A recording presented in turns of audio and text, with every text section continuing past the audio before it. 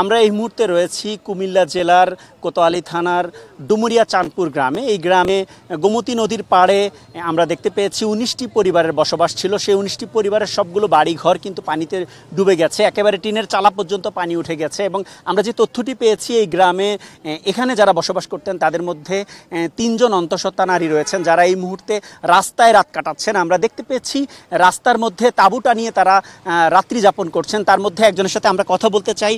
আপনার নাম কি? আসসালামু আলাইকুম, আমার নাম নাজমা আক্তার। নাজমা আক্তার, আপনি কত মাসের অন্তঃসত্ত্বা? আমি 9 মান্থ শেষ। এই অবস্থায় আপনার এখন গর্ভাবস্থা 9 মাস চলে, আপনি এই অবস্থায় রাস্তায় কেন রাত কাটাচ্ছেন, আশ্রয় কেন্দ্রে কেন যাচ্ছেন না? কারণ আশ্রয় কেন্দ্রে অনেক মানুষ, অনেক ভিড়, এখানে আমি নিজেকে নিরাপদ মনে করি না। এই জন্য যদি আমাদের জন্য আলাদাভাবে কোনো বাসস্থানের ব্যবস্থা হইতো তাহলে ভালো হতো। আপনার স্বামী কি করে? আমার স্বামী অটো চালক। জি। এই অবস্থায় আপনাদের চিকিৎসা সেবা কি চলছে, কিভাবে চলছে?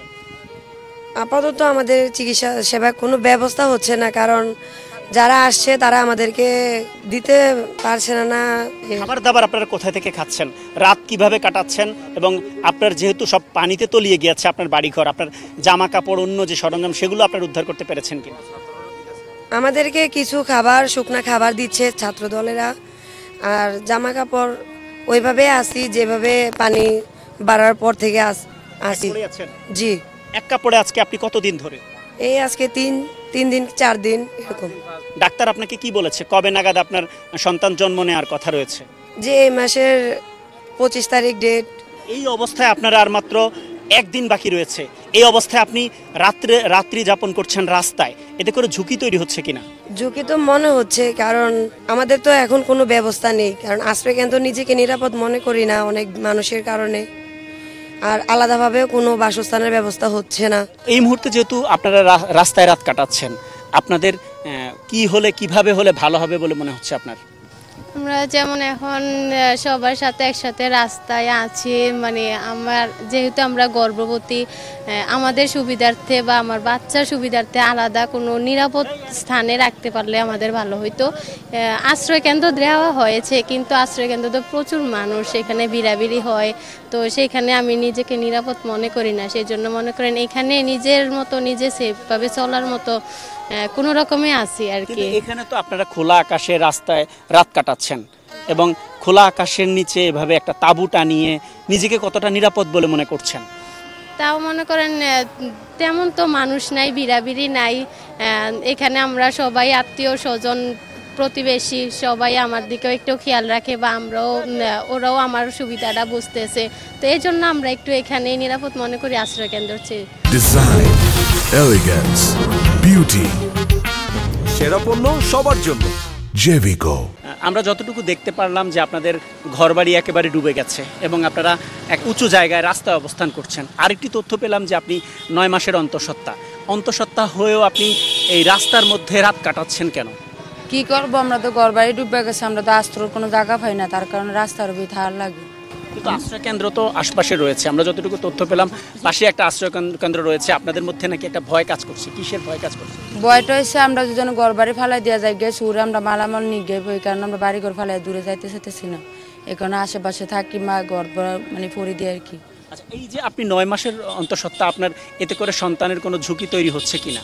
হচ্ছে না, আমরা তো রাস্তা থাকি, এখন তো আমাদের রেস্ট নেওয়ার সময়, শোয়ার দরকার, আঠার দরকার, আমরা তো ওই সেবাটা পাইতেছি না। রাস্তা থাকে ক্যারিটা পাই, অন কি করার আছে, আমরা কপাল ঘর ডুবে গেছে, আমরা পিছনে যাওয়া কোনো জায়গা পাইতেছি না, তার কারণে রাস্তায় কাটাইতেছি। আচ্ছা, কয়দিন ধরে আপনি এভাবে রাস্তায় আছেন? 5 দিন ধরে। জি। এর ভিতরে আপনার কোনো চিকিৎসার জন্য কোনো পরীক্ষা নিরীক্ষা বা অন্য কোনো কাজ আপনি করেছেন কিনা? ছাত্র দলের এমনি মেডিকেল করে ওষুধ দেওয়া যায়, এগুলা খাইয়া রয়েছে আর কি। এবং আপনার বাবুর পরিস্থিতি কি সেটা জানতে পেরেছেন? না, কিছু জানতে পারিনি। ডাক্তার আপনাকে কবে ডেট দিয়েছে এবং আপনাকে কবে হসপিটালে যেতে বলেছে? আমাকে তো ডেট দিয়েছে সামনের মাসের 8 তারিখে।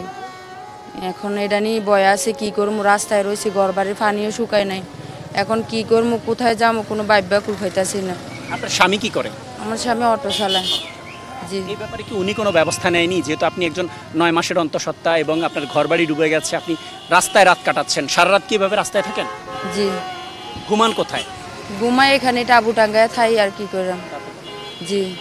আপনার স্বামী এ ব্যাপারে কোনো পদক্ষেপ নেয় নাই? নেই তো, উনি তো চাইতেছে একটা রুম নিতে, কিন্তু আমরা তো রুম পাইতেছি না এই পরিমাণে। এখন তো মানুষের কম টাকা বাড়াইলেও বেশি টাকা বলে, আমরা তো আর এত টাকা পয়সা এখন নাই, আমরা তো সবই গেছে, আমরা তো এখন কামাই রুজিও বন্ধ, আমরা কি আর রুম নিতে পারতেছি না, তার কারণে কি করবো পরিস্থিতির শিকার, আমরা উড়েই থাকা লাগতেছে।